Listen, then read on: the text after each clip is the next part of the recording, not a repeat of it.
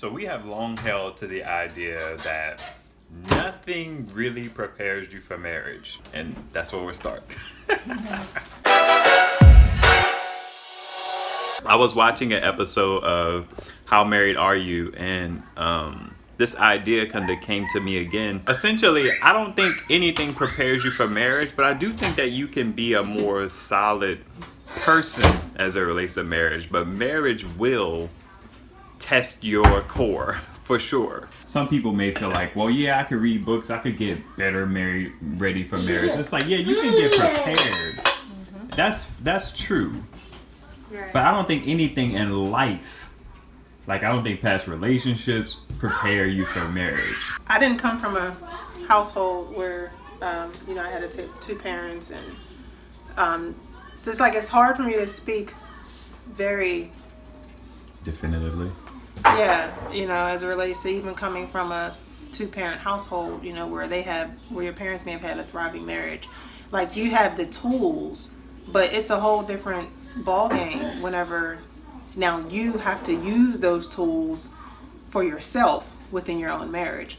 It's still a different ball game, but I feel like those people can be rather better equipped to go through the process and the changes that marriage will send you through. I don't know, because I think about, like, even though you have somewhat of an example, you do have an example about, like, how your parents did marriage. So it's almost like, some people come to the situation feeling like, well, yeah, my dad had to change the oil, my dad had to do this, my mom did this, they talked in the bedroom, they didn't yell at each other, or they did, you could have people on the complete opposite. They were yelling and screaming all the time, whatever. But the thing is, I just wanted to talk about this idea of readiness for marriage. And I think that there are some people, it's not necessarily about the readiness for marriage. It's about your character and the wholeness of you as an individual. I just feel like some people are more stable to steal Glenn's word from belief in fatherhood and how married are you. Because he said that that's what attracted him to his wife the most, the fact that she was sturdy. And what he meant is that she had like a good foundation. And I think that some people don't have a good foundation to be married, and they need to kind of do the work there before they're married, because marriage will find your faults. Yes. So question. So what do you mean by, like, you don't feel like, so do you disagree with him saying, or his feeling, I guess, like do you disagree that because I feel the same thing, like you, at least my perception of, like, you came from a two-parent household, Mm-hmm. You know what I mean? So I felt like you had an example of both a mother and a father, you know what I mean? So I felt like you were very much more prepared than I was. All I had was my ideas and, what I understood from the spiritual people around me and, my co-pastor. You know what I mean? Like, I had examples, my dad, but that's it. So do you feel like it doesn't make sense, per se, that he would think that she was more sturdy? Oh, no, I agree. I understood what he meant. But the funny thing about that is there's a clip where I'm going to wait for Dell. So there was a moment where she asked him, like, do you still feel that way? Do you feel like I was sturdy? And kind of jokingly, he was like, nope. So I think you could kind of relate to that. It's like, yeah, there's the appearance of sturdiness, but when you get into that relationship with that person, you find that, yeah, you're still flawed, you still suck, I still have expectations and desires that you don't meet. Right. And it's like, I don't know that even coming from a two-parent household I see what you're saying. really prepares you for marriage either. But it allows certain people to be made more whole. Like, you're more of a whole person. Right. But, I mean, depending on, the marriage. Depending on gesticulating over here. Depending on, because even though I still feel like I still feel like you were ahead of me because you came from a two-parent versus a single parent. Mm-hmm. But, to my, as I understood later on in the years, like, you got issues. Okay. Head and got. and you thought you were cool.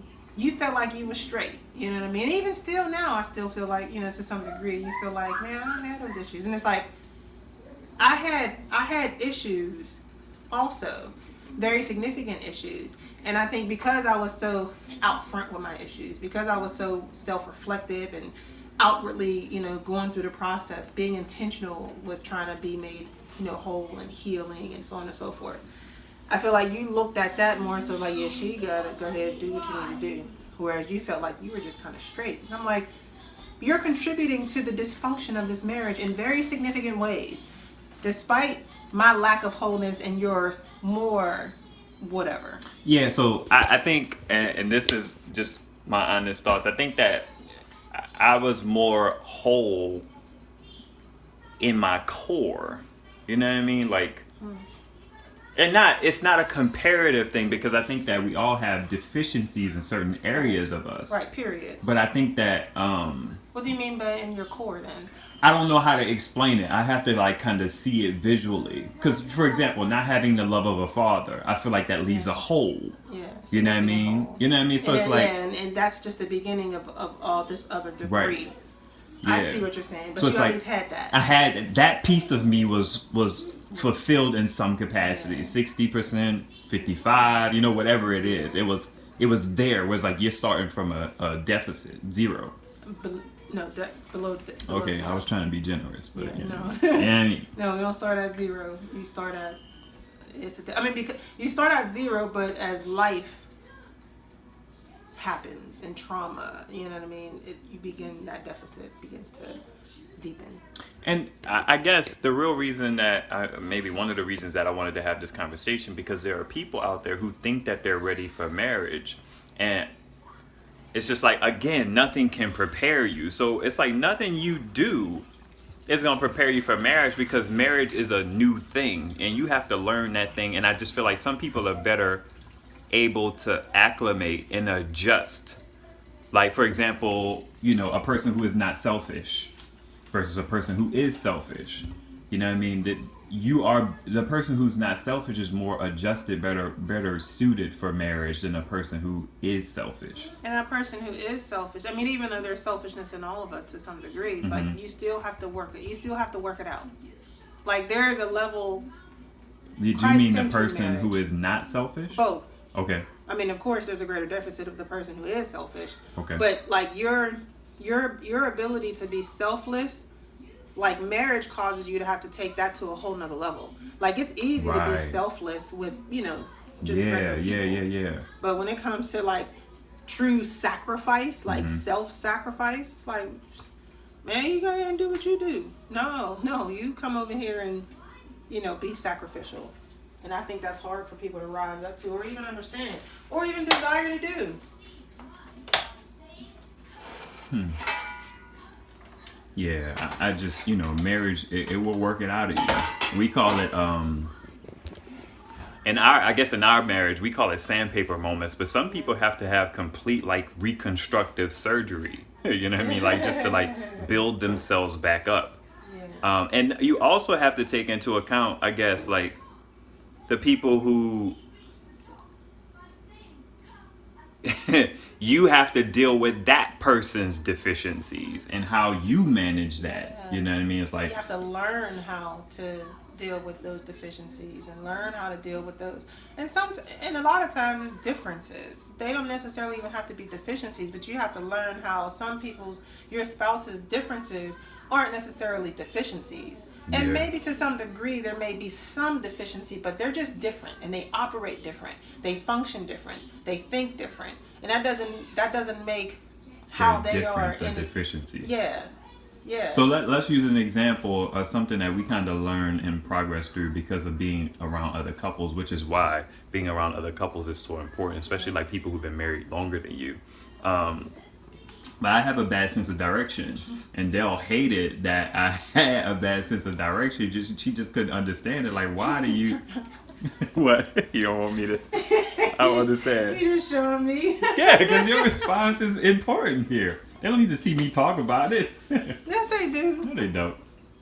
But she came to realize by seeing another couple who had a very similar thing with the male being like not as directional aware, it kind of softened her. Completely soft. Like what happened, we were in it wasn't premarital counseling, it was It was premarital counseling, but we did it after we got married. no, but it was no, because That we was the weren't- training. Yeah. Okay. Yeah, it was some type of marriage training, and it was the Browns, Bishop, he's now Bishop Cedric Brown, and First Lady Bobette Brown.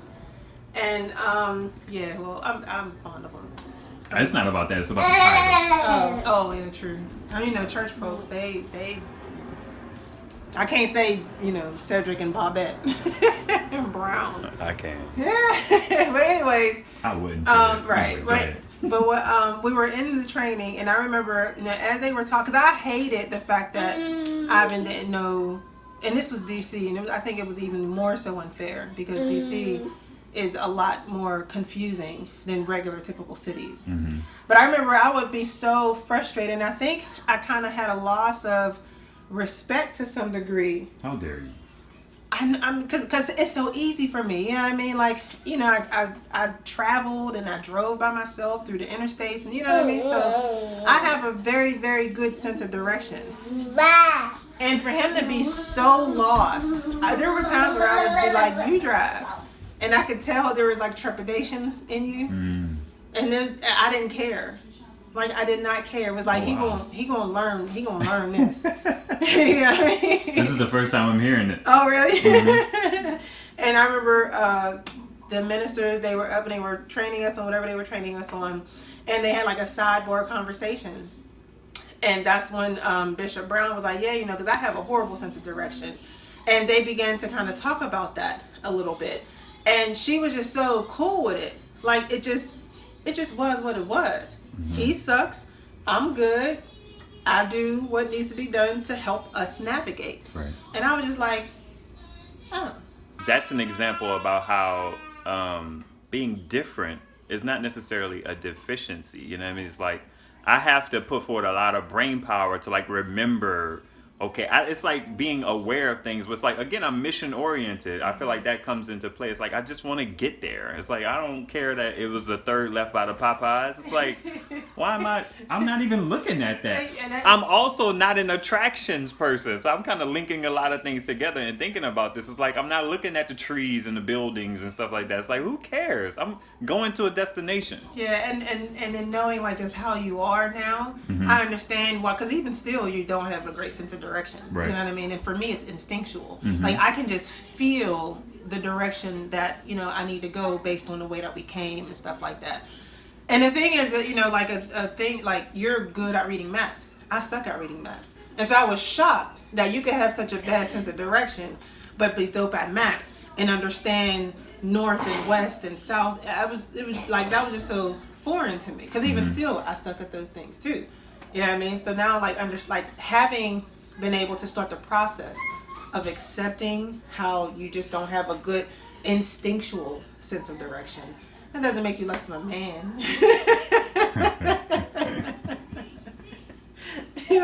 So what's the because we were talking about a little earlier about like this idea of sturdy versus shaky, because I think that there are situations where people are actually deficient. But I can't think of an example of that. An example of deficient? It's like, yo, fam, you didn't pay the rent. You know what I mean? Like, you did not go to work that day when you needed to go to work, and we need money. You know what I mean? It's like, could that have been maybe a deficiency? Like, there was something about you that was different from me, which is like, you didn't have ambition. You weren't ambitious, right, like I was. You weren't a ladder climber, corporate ladder climber, like I was, but you still had stability. Right. Like, you even, throughout my career, like, you still have maintained jobs for years and was able to get severance packages and stuff like that. Versus me, where I'm like, just going. Making it rain. Yeah. And going. I mean, climbing. You know what I mean? Okay, I got you. I was doing that too. Oh, I got you. I was able to get to the high income bracket quicker. But your stability, like, you eventually got there too. But you know what I mean? It took you longer. So I feel like I had to realize that you just weren't ambitious. But there was a season where you wasn't a provider. True. Facts. You like in my opinion, it felt like you were willing to just rely on the strength and the ambition and the way that I carried life. You know what I mean? Like knowing that we're gonna be all right. Not taking out, because something that I learned also is like you're a man of faith. So it was always easy for you to still be grounded, knowing that we're not just going to be. I thought we were going to be all right because you rely on me, and I think there was probably some of that. But you also believed, as you always have through the years, that we're going to be all right because of God. Yeah. Like period. It took a minute for them to kind of level. Yeah. I get you. You know what I mean? Because there was a season where Ivan, he wasn't working, and he wasn't like trying really, really, really hard to get a job. And I'm like, hey, bro. You know what I mean? Granted, there were no kids involved yet or anything like that, but in my mind, I knew that I wanted to be a stay-at-home mom.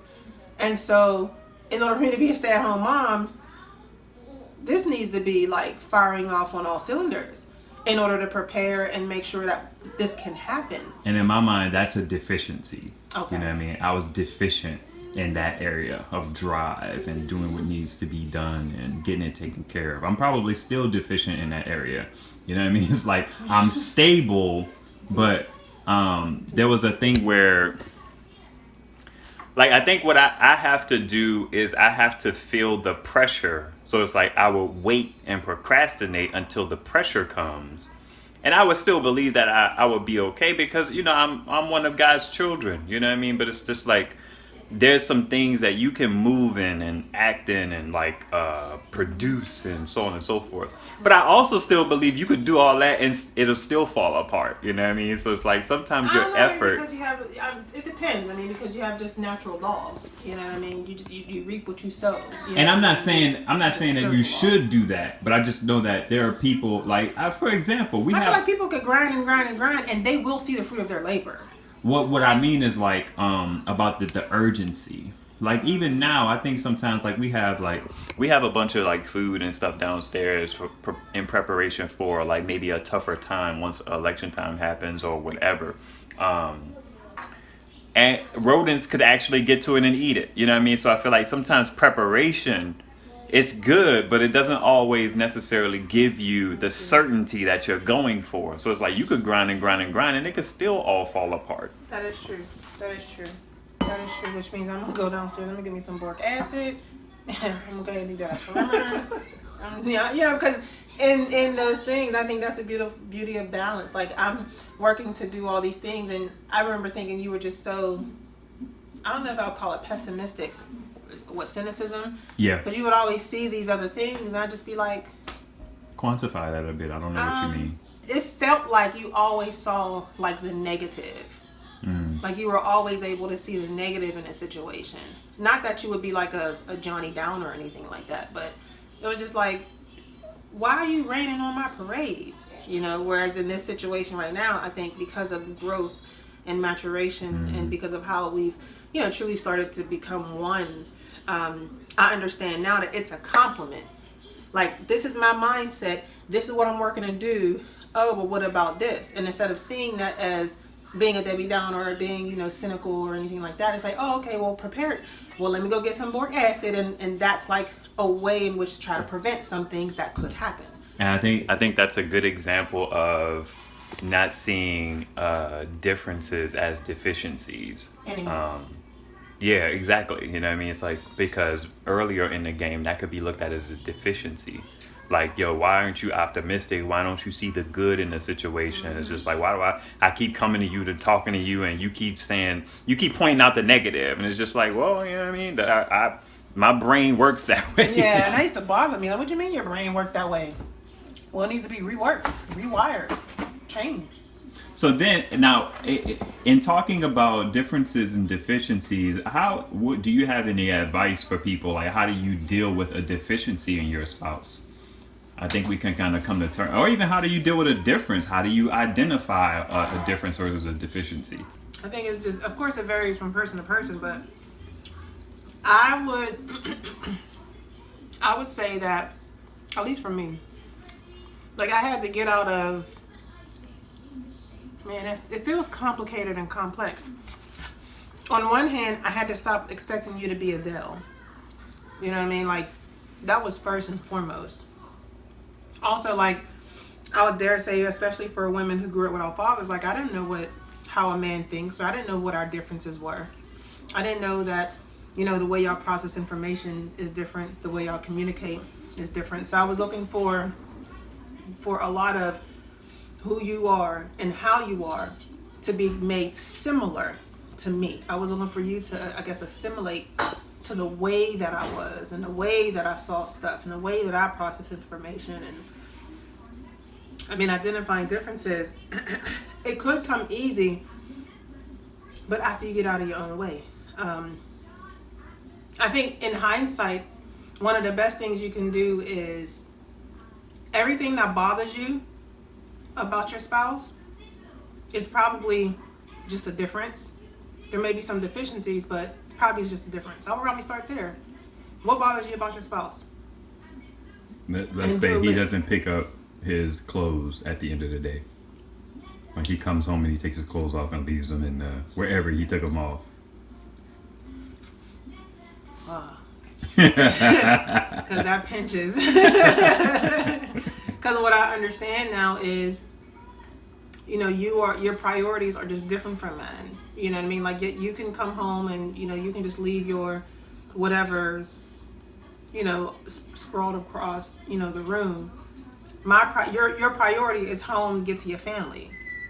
You know what I mean? Relax. Relax. You know what I mean? Like truly, like take the day off of you. Mm-hmm. You know what I mean? That's the priority. These other things, they're just not important.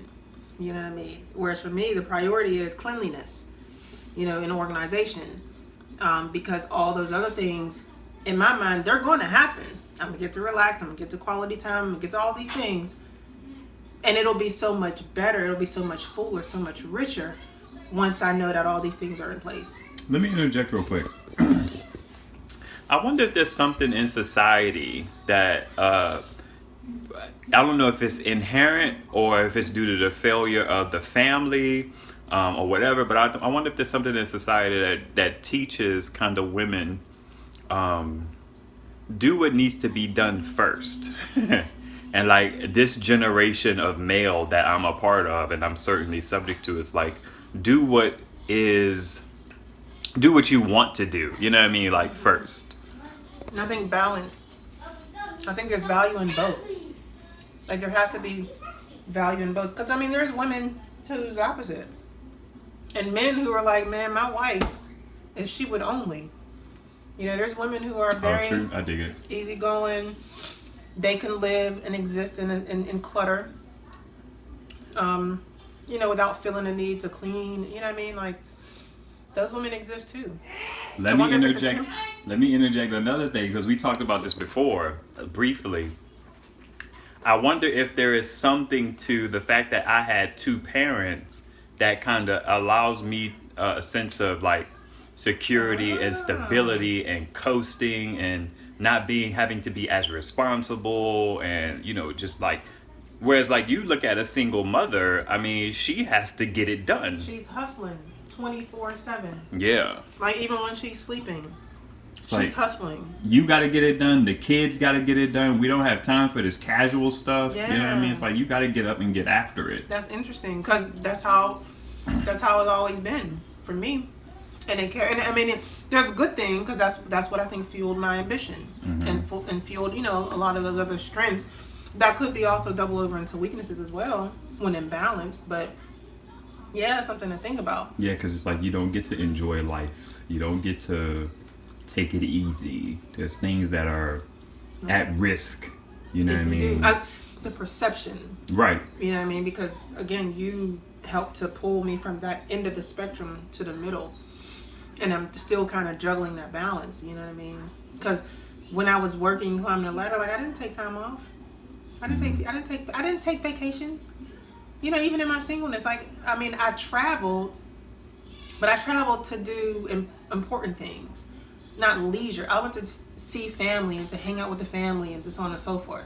Not just go off on a cruise or go off on, you know, hang out on an island by myself or with, you know, a couple, you know, well, I mean, I did a little bit of that, but I think I was married by then. I was just always, I was hustling. I was getting what I felt needed to be gotten. And I was very meticulous.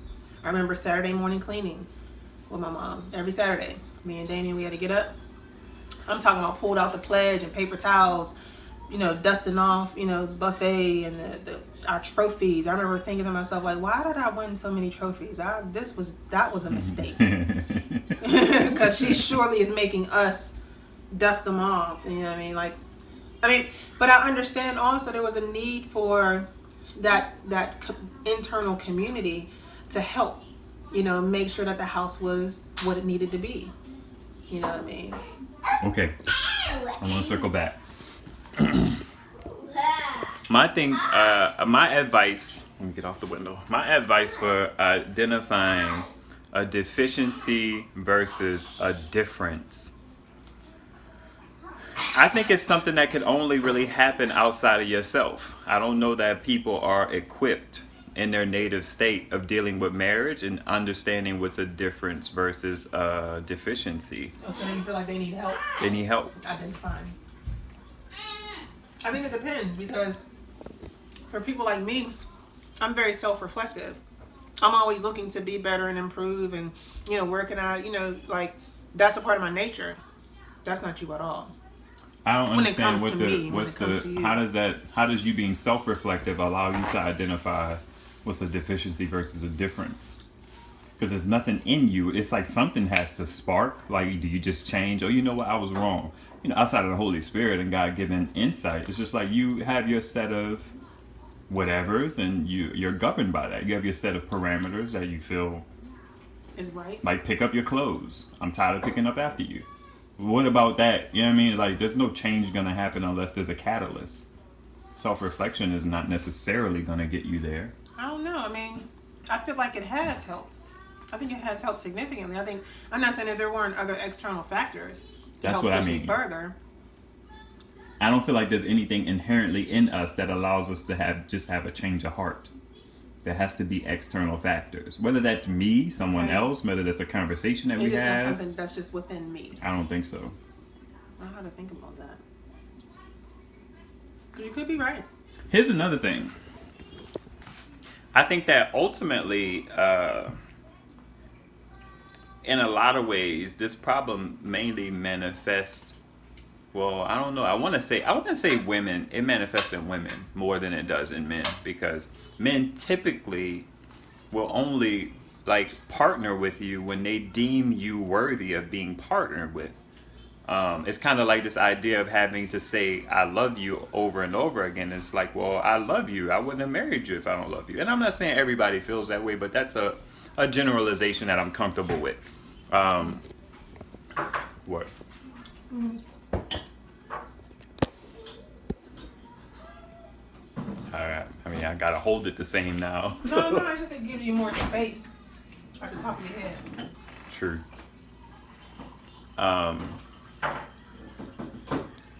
It's like, I feel like overall, we being men, we have to be more accepting of you guys than you are. How y'all are. That's what I'm kind of, I don't know. I just feel like if we don't like a lot of things about you, then we're not going to pair our lives with you. Typically. You know what I mean? There's some dudes who are just weirdos and weak and marry women that they probably shouldn't have married. You know what I mean? It just is what it is.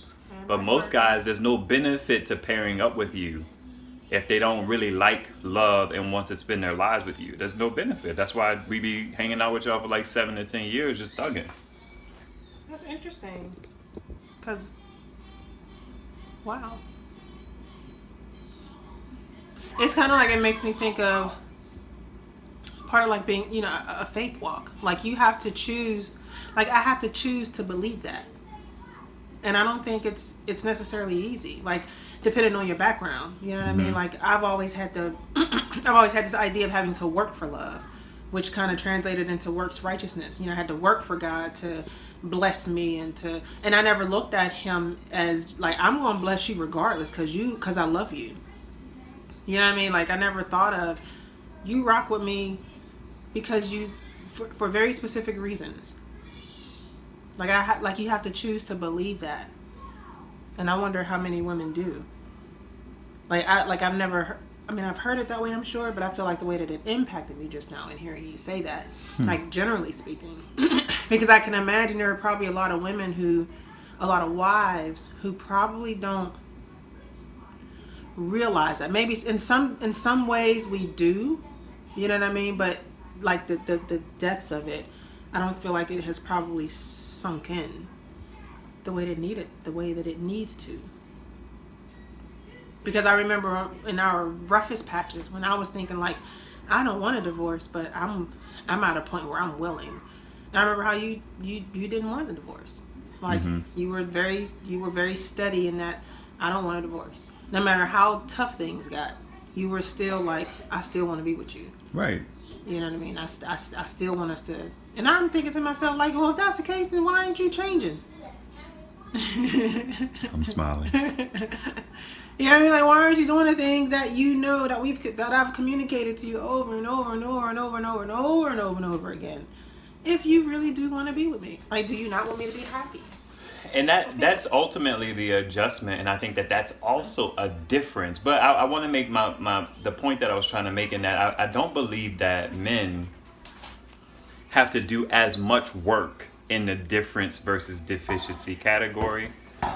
In identifying and properly sorting them, because we've typically made a decision to love you no matter how raggedy you are.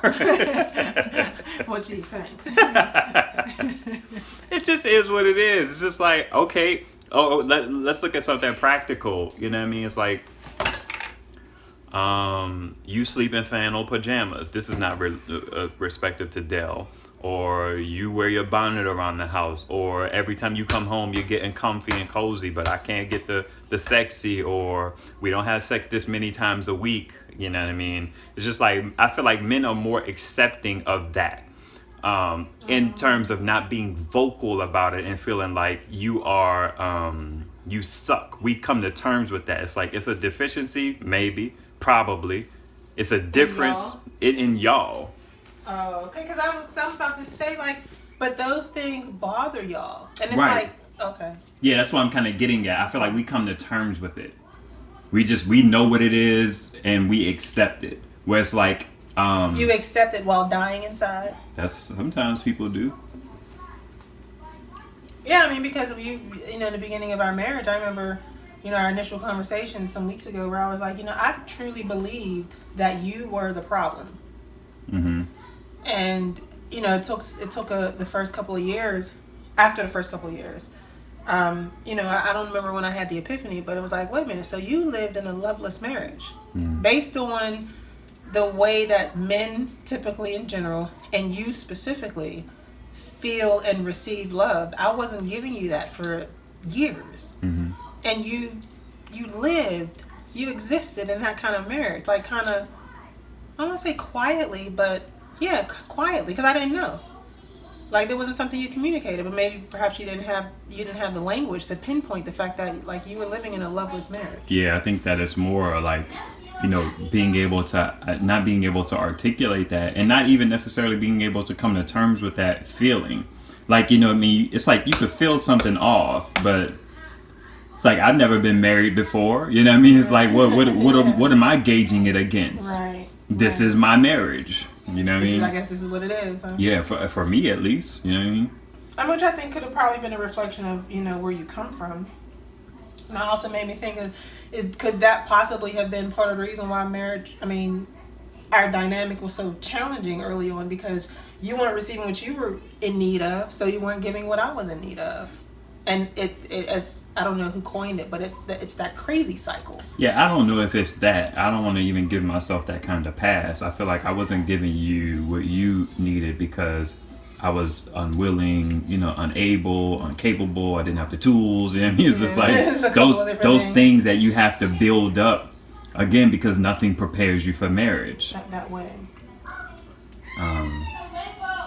But I mean, I feel like there still was like, I still wonder, like, in addition to all those things, if you were being loved well, you know what I mean? Like, some of those things probably would have been different. I can agree with that. Because, you know, love makes that kind of difference. Feeling love makes a difference. Yeah, like I think so. I mean, what difference? I don't know. Yeah, who knows? Have you gotten to a place where you understand the difference between your spouse's deficiencies or their differences? And how do you manage them? Are you still in a space where you are frustrated by them? You're still annoyed? Also, if you're still annoyed, let me know how long you've been married. And I'm going to say also, like, do you recognize your spouse's, but focusing on yourself, lack of preparedness when you entered into the covenant? Like, can you pinpoint the very specific ways that you weren't prepared or ready? Whether you come from a 2-parent household or a single-parent household. So in my mind, what I understand you to be saying is, were you prepared for marriage? That's what I hear. Yeah, were you prepared for marriage? But I mean, to take it further, it's like not just a yes or no. Like to really dig, you know, were you? Why not? How? You know, like answer some of those questions, like pull out some very specifics, because that can help. That can help the future of your marriage. Boom.